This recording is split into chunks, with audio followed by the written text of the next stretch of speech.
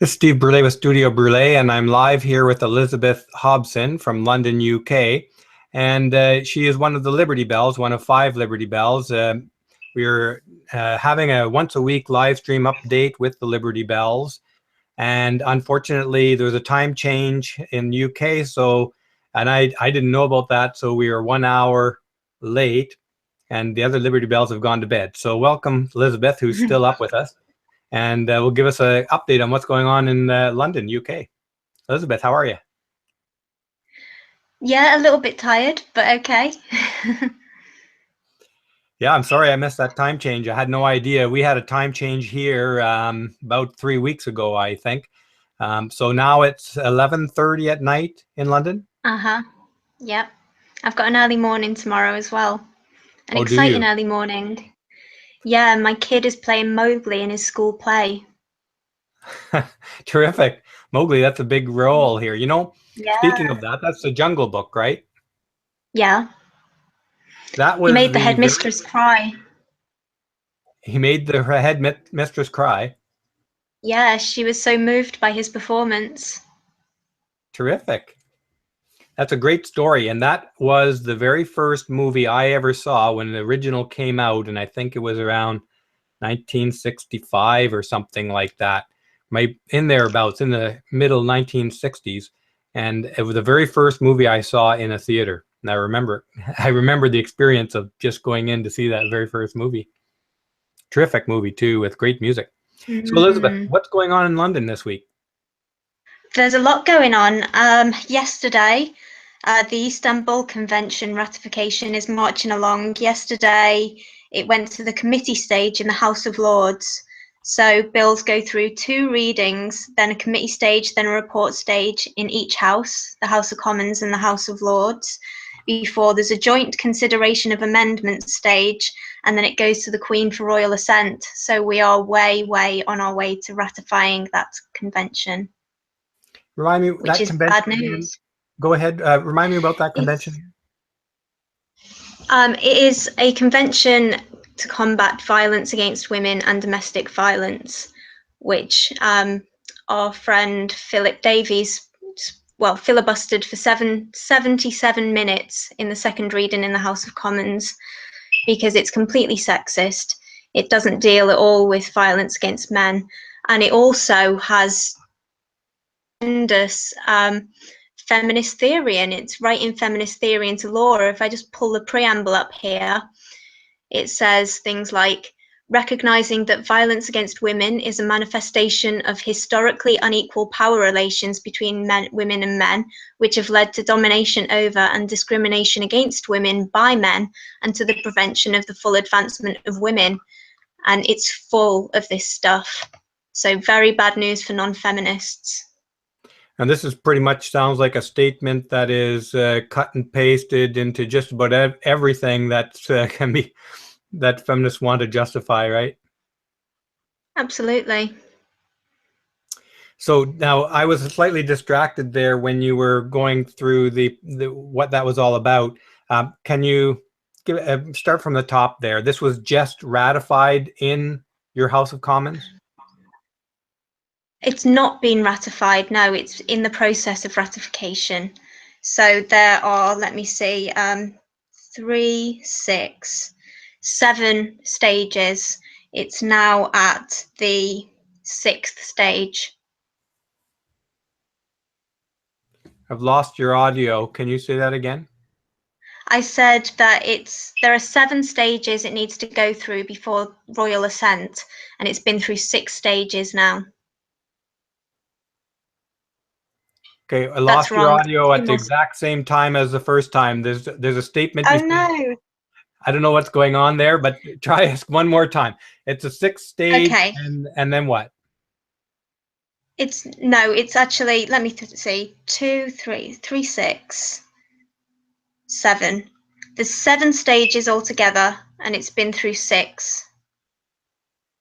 Okay, stop right there. It's been through 6, and then your audio cuts out every time. Somehow the world doesn't want us to hear those words, so scream it for me. It's got one more stage to go through, basically. Okay. and Philip Davies is fighting against this. So, what's the prognosis? Well, Is it going to pass or not? Oh, it's going to pass, absolutely. This stage was the committee stage in the House of Lords, and it was like seconds long. They said, "Are there any like amendments we want to make?" No. So let's close the meeting. Was basically it. And it's to cut to the important parts of this document. It basically claims that domestic violence is only men on women, and that it from the justification for it is that men have always been beating up women since the beginning of time. Is that basically? Yeah, that is pretty much what it writes into legislation, which is obviously, it's a belief system that's being written into legislation, which is astounding when we look at, how we separate church and state, and yet this belief system is allowed to be written into law. Yeah, exactly. Now, does this include changes to criminal law, criminal code? Well, I mean, to be perfectly honest,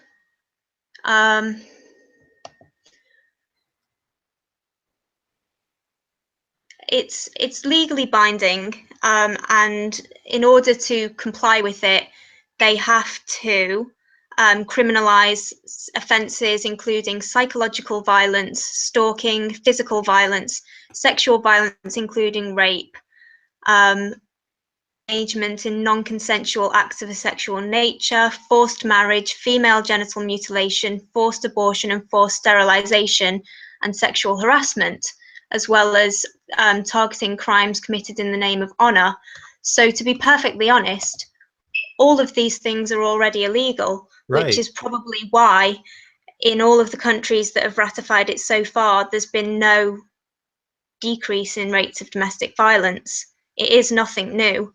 What is the point of this legislation if it's really just just repeating what already exists in law? Well, it's really got a sort of another foothold for feminism into law, and it's, ring fences money for feminist organizations. But if these things are already illegal, and they are, and of course, when they say that sexual assault and that is illegal, they're really defining sexual assault as only male on female. There's nothing new there. Like, I guess I'm trying to get down to what is going to be the consequence of this thing being ratified. Is it just a pat on the back here? Yes, we agree with you. These things are illegal. We'll keep them illegal. Or is there something more? Pretty much, yeah. Philip Davies has called it empty gesture politics. Well, that's a lot of politics that falls into that category, right? Right. Well, I guess we'll follow us. And when do you expect the seventh stage of ratification of this to happen? It hasn't got a date yet. It hasn't got a date yet, but it will be in quick succession, I should think. We're talking weeks, months? Oh, up to royal assent, probably a couple of months. That's a blind guess, but I mean, it is going to happen. Mm-hmm. The only significant thing I find in there is that from what you're describing is the absence of male genital mutilation as being mentioned, and also the emphasis on that violence is only male on female. The one other thing is of course pushing this constant lie that the feminist lie that somehow history is replete with men oppressing women. That nonsense. So I mean, but other than that, it seems like Philip Davies was saying, you mentioned it's empty gesture politics, right? Right. Yeah, I mean, we signed up for it. I'm not sure what year that was actually, but we signed the Istanbul Convention a couple of years ago. I'm not sure whether it was before or after we made a special law against female genital mutilation, but female genital mutilation, like male genital mutilation, has been illegal since 1861 here under the Offences Against the Person Act. So, you know, more of the same, right? when the CPS is going to start prosecuting male genital mutilation, yeah, we'll be waiting a while. Oh yeah, I think so. Although there are a lot of an increasing number of voices speaking out against that today, I feel, anyways. Anything else going on there in London this past week? Yeah, so what Belinda was talking about last week about the judge who was retiring, and on her last trial, she mentioned that women were putting themselves in dangerous situations. Her actual quote was that potential defendants to rape target girls who have been drinking because they are more likely to agree, as they are more disinhibited. Even if they don't agree, they are less likely to fight a man with evil intentions off. She said that a woman would be less likely to report a rape because she was drunk or cannot remember or feels ashamed to deal with it. Or if push comes to shove, a girl who has been drunk is less likely to be believed than one who is sober at the time. It should not be like that, but it does happen, and we see it time and time again. So since then, she's been defended by another judge called Judge Mowat, another female judge, who came under fire 3 years ago for saying conviction rates will not improve until women stop getting so drunk. I'm not saying it's right to rape a drunken woman. I'm not saying for a moment that it's allowable to take advantage of a drunken woman, but a jury in a position where they've got a woman who says, I was absolutely off my head, I can't remember what I was doing, I can't remember what I said, I can't remember if I consented or not, but I know I wouldn't have done. I mean, when a jury is faced with something like that, react. But also, most interestingly, was it yesterday or the day before, I was listening to the radio, and it turns out that the victim in the case has also defended the judge. So she told the Victoria Derbyshire programme, that's like a sort of topical magazine programme on BBC News, that the judge was right, that the comments were taken out of context, and that the judge had told women to be careful, which was good advice. So she's walked straight into the lion's den. She's just like a 19-year-old girl. It's common sense, right? And we've seen this thing here in North America quite a lot too, in that people are upset when you suggest that a woman should take some kind of steps to avoid dangerous situations. Absolutely. And I was listening to Karen Strawn the other day talking to Stefan Molyneux, and she said that like the most cruel thing to say to someone who's been through a trauma like rape is that there was nothing they could have done, because if there was nothing that they could have done, there's nothing that they can do to keep themselves safe in the future, and they're always going to be in danger. Well, that's what feminists want women to believe, right? And they want governments and lawmakers to believe that, so that they can continue to expand their power. Absolutely. So as you can imagine, the sort of feminist trumpet has just gone absolutely ape over all of it. Yeah. We've seen judges lose their jobs here in Canada for comments similar to that. I remember there's one just recently. In fact, there's a very good article in the National Post this week on this, on how feminists are making a strong influence in the judiciary, and it's going to affect adversely affect people and wrongly convict men for some time to come. There was a judge who has just lost his job for suggesting that in some case, and I don't know the context, I'll get this out wrong, but he had suggested she should have kept her legs together or something like this. Oh, anyway, I did see that headline. Yeah. Comment, possibly. I don't know the context of it, but a quick sort of offhand comment like that, and this guy's, I don't know, 30-year career is over. Incredible. Yeah. Yeah, well, we've also had a judge called Jamie Tabor, who has warned teenage girls never to send pictures of themselves. So he said, there will come a time when someone, maybe a boyfriend who you love or someone you talk to online, asks you to send photographs of yourself to them. On many occasions, such persons will ask you to do things which you know you shouldn't do. Never ever do it. If you think such images will disappear in a few moments, they don't. They will exist for the rest of your life, and that will cause you great embarrassment. Never ever send photographs via the internet of yourself unless you are fully clothed and in decent pose, and that is the best advice I can probably give you ever. So that was upon convicting grooming a 14-year-old girl. And yeah, you know, classic feminist response, of course, but this is all good advice. Yeah, that I mean, people who it have is a lot of common experience advice. The world are is never given. going to be safe enough for men or women to not be careful in their lives. It's just that day is never going to come. Unfortunately not. And also in the news, we were talking last week about Justice Secretary Liz Truss's reforms to sexual assault cases, where victim or alleged victims are going to be allowed to pre-record their answers to the defence's questions and avoid cross-examination. Now, the most senior judge in England, the Lord Chief Justice, Lord Thomas, has said she's wrong to announce the reforms.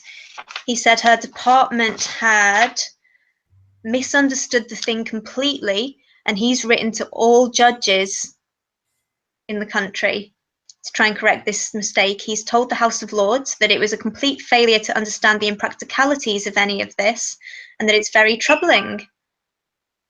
However, a government spokesman has said the government position has not changed on this. The new measures will be rolled out from September. So let me see if I'm understanding this correctly. This high-powered judge says that this pre-recording nonsense. Sorry? Yeah, I was just going to say the most senior judge in England. Okay. The most senior judge in England gave his opinion that this is a really bad idea. You should scrap it.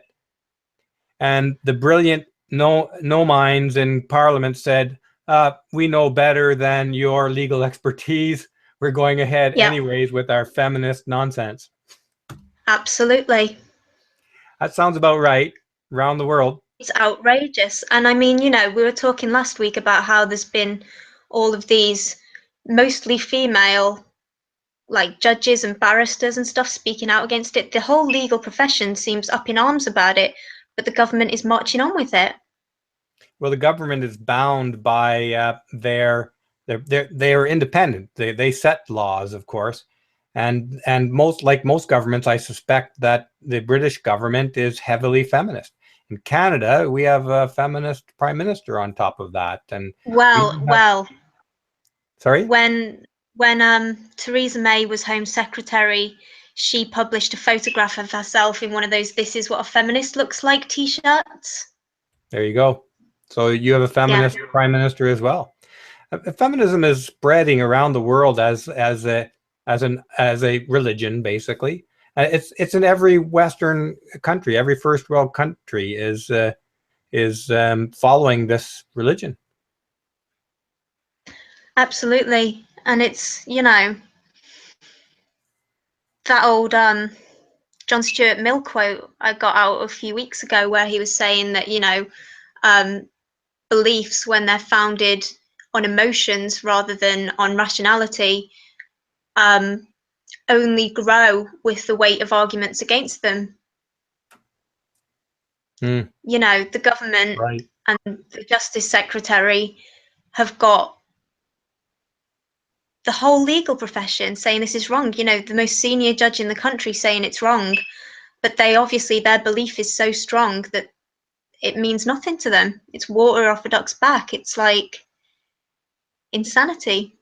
Well, once you drop the link between evidence and fact towards your belief, once you claim that evidence and fact is not important or is even less important than how you feel about things, then you can argue literally for any reality, and you'll be oblivious to any argument because you've already divorced your beliefs or your understandings from any necessary factual backup for it. So it's wide open. I think this is going to get a lot worse everywhere that feminists have power, long before it's going to get better. Well, you know, they say that sort of governments are like 20 years behind the public, don't they? And I feel like the public is waking up and rejecting feminism. That train in government, it's going to be hard. It's going to be a real battle. At least, you know, in the UK, we've got Philip Davies speaking for us, although, you know, his best efforts render fairly little. There are a couple more. He's got a couple of friends in Parliament. There's an MP called David Nuttall, and I've forgotten the other names, but they're kind of fairly quiet and peripheral, but they have started standing up when he's talking and kind of agreeing with him, basically. I think that this is not going to change until enough of the public decide to look into the background of politicians seeking election and disqualifying any politician who subscribes to feminism. It's a hate movement. It's a movement that promotes hatred of men and discrimination and sexism. And it's, I mean, we'll just have to not vote for those kind of people. They're divorced Speaking from of factual. which, They're divorced from facts. So why would you want someone who is immune to argument and facts? Why would you want them in a position of power in your culture? I think if somebody has subscribed to feminism, then they shouldn't be. Voters should consider them ineligible for office. Yeah, absolutely. You know, if I wouldn't vote for somebody who believed that the Earth was flat and that you know, the moon was just a big ball of cheese that fell to the Earth once in a while. You know, somebody's too divorced from reality to be eligible for political power, really. And I think feminism falls right in that category. Yeah. So what else is going on there, Elizabeth, in the UK? I got a little message from the Women and Equalities Office, actually. Oh, yeah? In response to me asking, I was in response to the email I sent to like the head of the committee, who I think might be Justine Greening, although I could be wrong, because the email didn't come from her, it came from some kind of secretary. And she was basically saying like, oh, well, the proposal to change the name is not a matter for us anyway. It would have to be decided by Parliament, which we know, which is why we're going to start this petition, although we need 100,000 signatures to be considered for a debate in Parliament, and that's British signatures. To ask for the first petition, I think, but I'd be hopeful that maybe on a second round or even a third round, we might be able to muster up that many. And yeah, she was saying, you know, that yes, men have issues and like we're looking at fathers in the workplace, but women are discriminated against and women face sexism and women have it so much worse. So in other words, basically. she too is repeating all the feminist assertions, unsupported feminist claims. I haven't responded yet. I'm not sure if I will, because we've got the interview with Philip Davies and we've got the petition to write, and then we're going to have to get ourselves in the mainstream media if we're going to have any hope. If we get 10,000 signatures, we'll get a response from government, which is what I would hope for. But to get that many, we're going to have to be in the mainstream media. And apart from that, the only thing I was kind of thinking about talking about was something that Paula our attention the other day, which is Scarlett Johansson's divorce. Have you heard of this? No, I don't follow the celebrity stuff very much, but sure, I'm interested. What's going on there? Well, basically, she's been married to this guy for 3 years, and they've got a 2-year-old daughter, and he's been looking after her full time while Scarlett's been off working. Now they're getting a divorce, and she wants full custody. You know, I think I do remember something about this, but I don't know what the consequence or what the outcome was. Is there more to it? Have they decided Well, I something? mean, the only there is a little bit more to it. They were at the negotiating table, and he actually wanted her to be the primary carer. And then she just turned around and filed this case to get full custody. And it's like, I can't understand why, you know. Well, feminists do believe that the family is mother and children. There's no, in many cases, I mean, some feminists might believe differently, but basically deconstructing the family and feminist lingo for getting rid of the father and the man. Mm-hmm. Maybe Scarlett Johansson believes that the family is mother and child, and the dad is not welcome. Well, she didn't believe that when she was working, though, did she? Well, yeah. All he's asked for is that she's the primary carer and that the child is allowed to come to Paris and stay with him whenever the child wants to. And she won't let That's him all he have asked for. visitation. She doesn't want him to have visitation rights either, then. Well, I mean, it does beg the question, what does she mean by full custody? You know, and Yeah. it's very concerning and it's very sad and unfathomable to me. Yeah. And I think also, generally full I heard custody. a rumor. Go ahead. I heard a rumor that she was thinking of running for public office. And it's like, so if she's thinking of doing that, how does she think she's going to dedicate all of the time that her child needs to her child? But that was just a rumor. Maybe it's not even true. Yeah, I haven't She heard has a heavy anything about work that. schedule anyway. Mm. Well, I imagine someone with the amount of money she has can make just about anything work. Just pull out the checkbook. Yeah, but it's not the same, is it?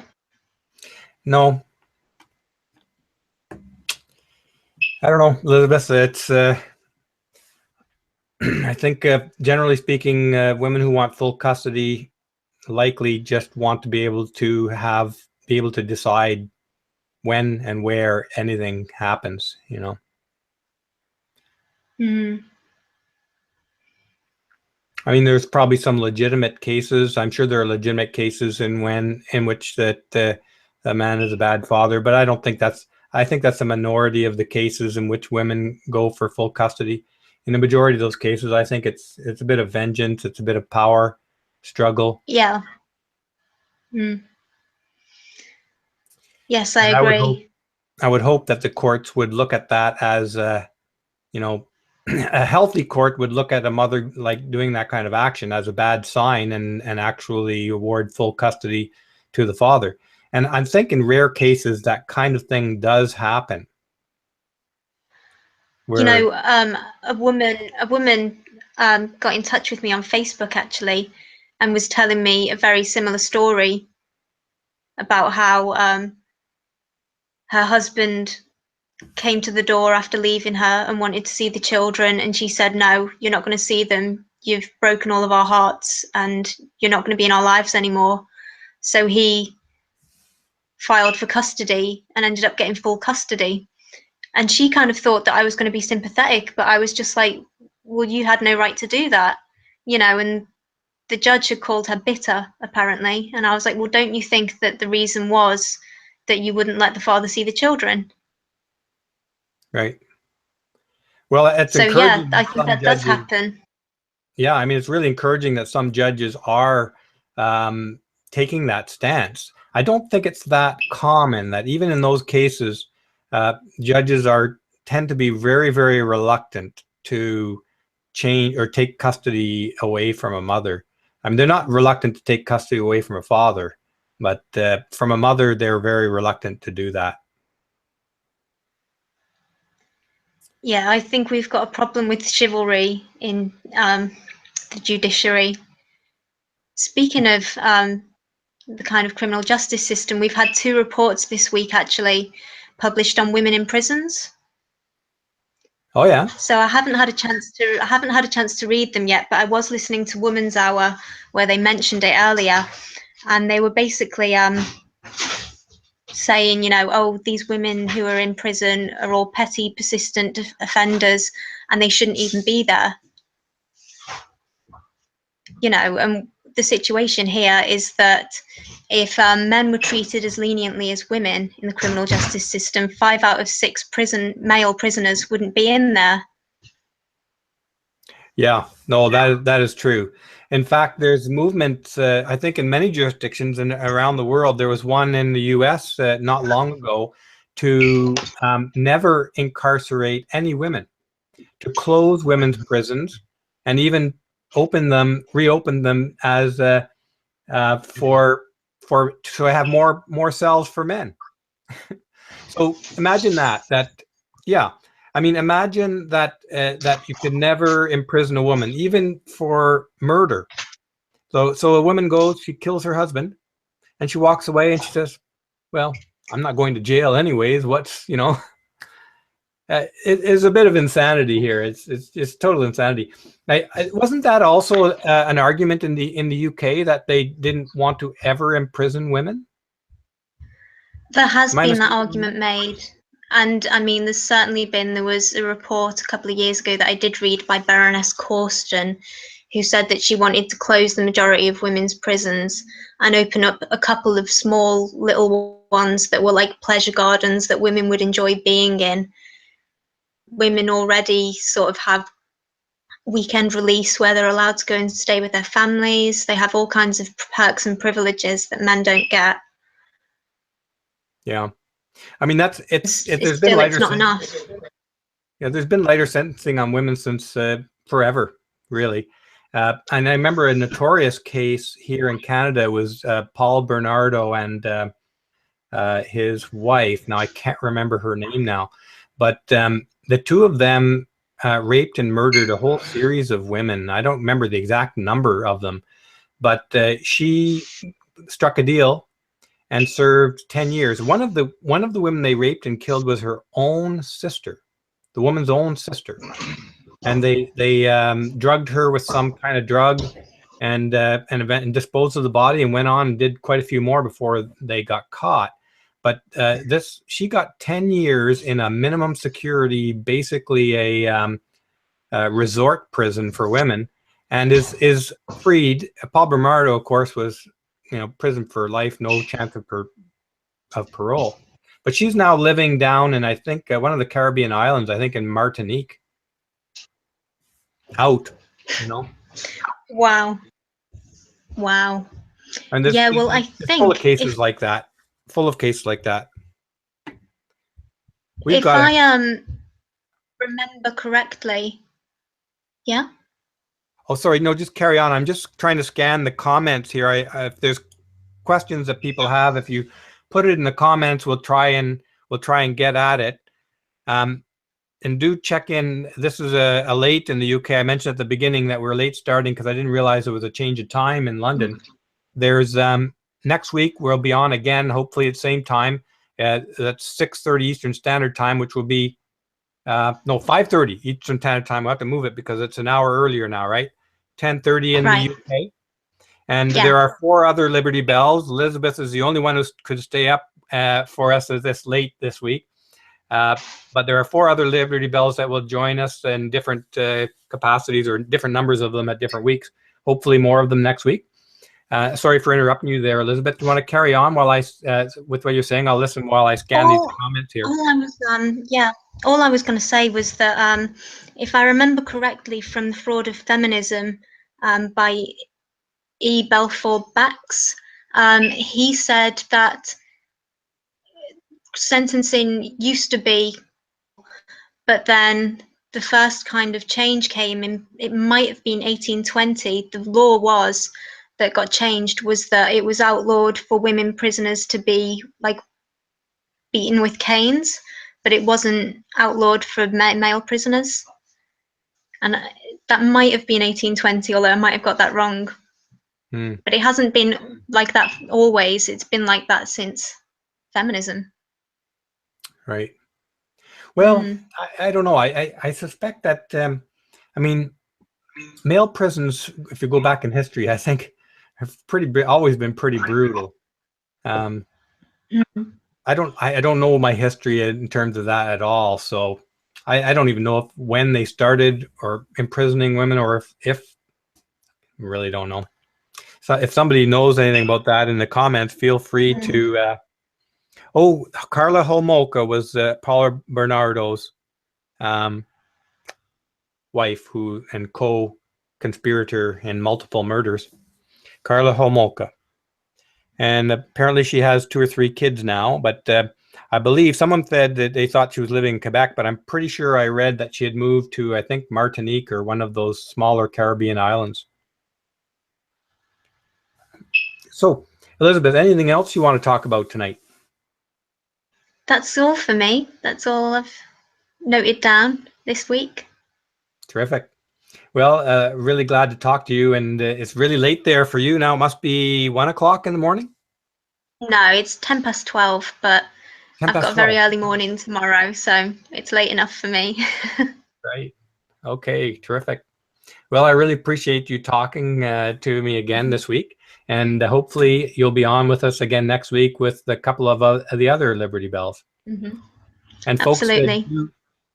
and thanks very much. And folks, do tune in to Studio Brule. Subscribe if you haven't already. The Liberty Bells will be presenting a once a week episode similar to the Flamengo File on cultural comments on contemporary issues in London, England, and the UK in general. Thanks again, Elizabeth, and good night. Good night.